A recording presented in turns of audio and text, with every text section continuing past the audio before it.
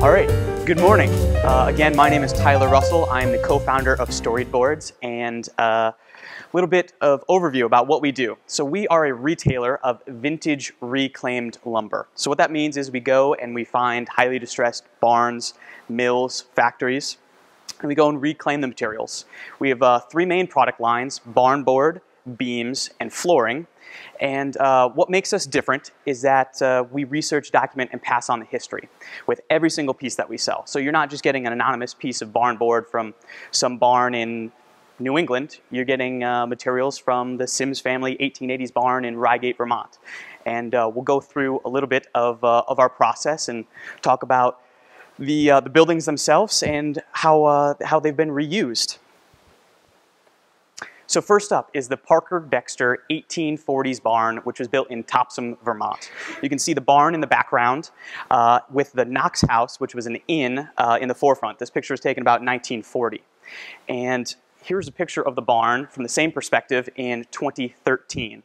So as you can see, the Mount Knox House is no longer there, fell into disrepair, and the local fire department actually burnt it down to the ground as opposed to tearing it down.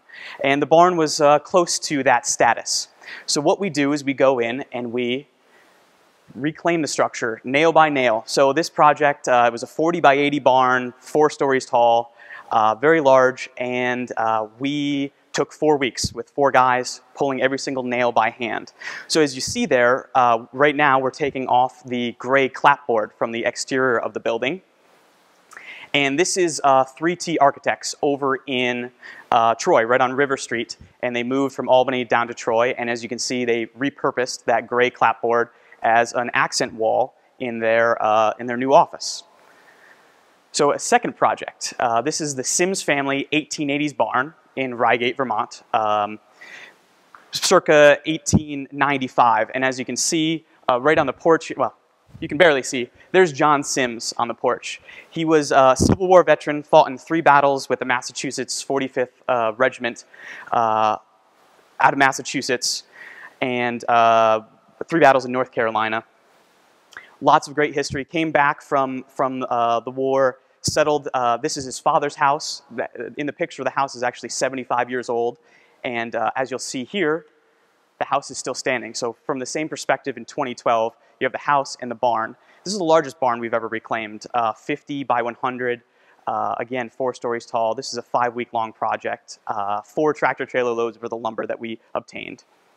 And this is the interior of the barn. This is the highest loft floor. There's actually 2 more floors below this perspective, and lots of great brown barn board on the interior, and lots of cool beams. So here's a reuse of those materials. This is a pool house slash garage, unique setup over in Rutland, Vermont. So we kept the materials in state, and you can see all that awesome character of the wood in this project. And this is our highest profile project that we've ever worked on. This is restaurant Gabriel Crother. So it just opened up on Bryant Park in Midtown Manhattan on Wednesday. Gabriel Crother is a James Beard award-winning chef, and our beams, as you can see from the Sims family barn, are front and center throughout the design. So we've gotten great feedback and look forward to going down there and checking out this funky, cool design in person sometime soon. And actually, we had a customer, a client in Manhattan, already go in, stop into the restaurant this past week, and sign off on getting beams that are very similar. So you use these commercial projects as a great tool to sell.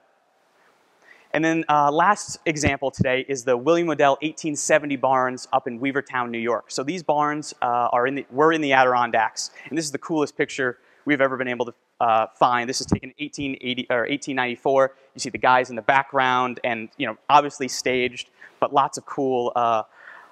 And this is a really cool picture. So these are the barns in 2014. What was unique about this project was that normally they're highly distressed. There's a hole in the roof, wall is falling down, foundation is failing, but these barns were in excellent condition. What's in their place now is a warehouse. So they were literally going to be crushed up, put into dumpsters, hauled away. But we were able to go in and save not only all the materials, but also save the frames, which we'll show a video where we're actively selling the frames to keep them intact. but all the barn board and stuff was repurposed. And this is a coffee shop, Saxby's Coffee. They're based out of Philadelphia, expanding within Western Pennsylvania and Western New York. And this is a shop that just opened a few months ago in Rochester, New York. And this is a video about the William Waddell barn frames that Dale from 32 Mile Media put together for us to help sell our products.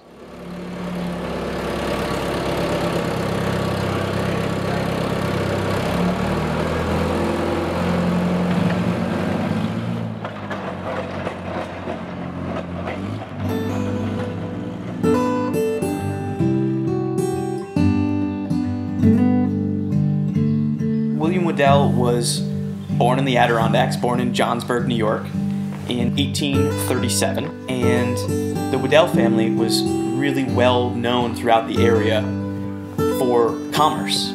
They owned a trading company based in North Creek, New York, and they also were investors in the Short Line Railroad to get supplies in and out. What Storied Boards does is that we research, document, and pass on the history with every single structure, and this is like no other. William Waddell and his legacy should continue to carry on along with the structures. When we first saw the barns, it was clear that there was something special, and they were meant to be reclaimed and put up and the history preserved in all of its glory. They literally would have been crushed up, put into a dumpster, and hauled away. And we came in and we said, no, let's preserve it. Let's preserve the history. Let's preserve these structures, and let's write another chapter.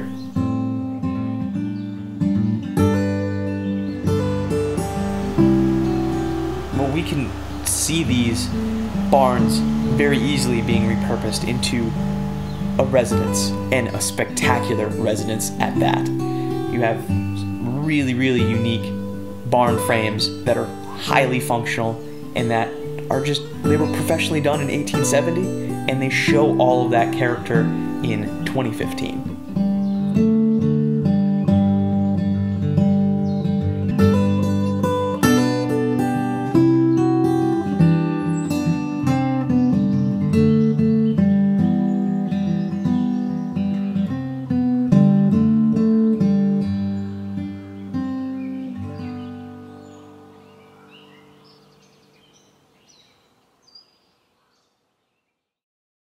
So where do we go from here? We've got our three main product lines: barn board, beams, and flooring.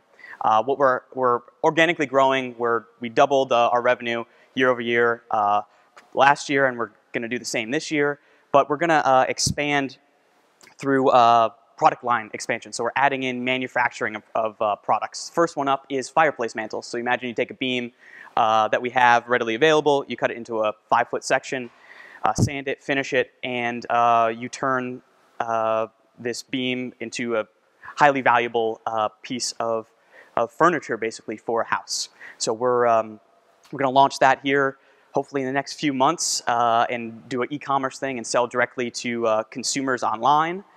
And so product expansion is next. And then how can you help? So obviously feedback. Love to hear feedback, let you know what you think of the business, where you think we should go, and what you like, what you don't like. Number two is awareness. So we're always, we've been around for 3 years, but not well known locally or within the New York, New England region, or we could be better known. Everybody could be better known. So spread the message, spread the word about what we do and our products and why we're different. And then three, networking. So our bread and butter, we have a premium product, and we love to connect with architects, interior designers, high-end builders, developers, and they are recurring. So we get multiple, like that restaurant down in Bryant Park. We worked with the architect on a few different hotel projects, and lo and behold, we got into this restaurant, Gabriel Crother. So connecting with those individuals is recurring, and it helps us out. So with that, let's open it up for questions.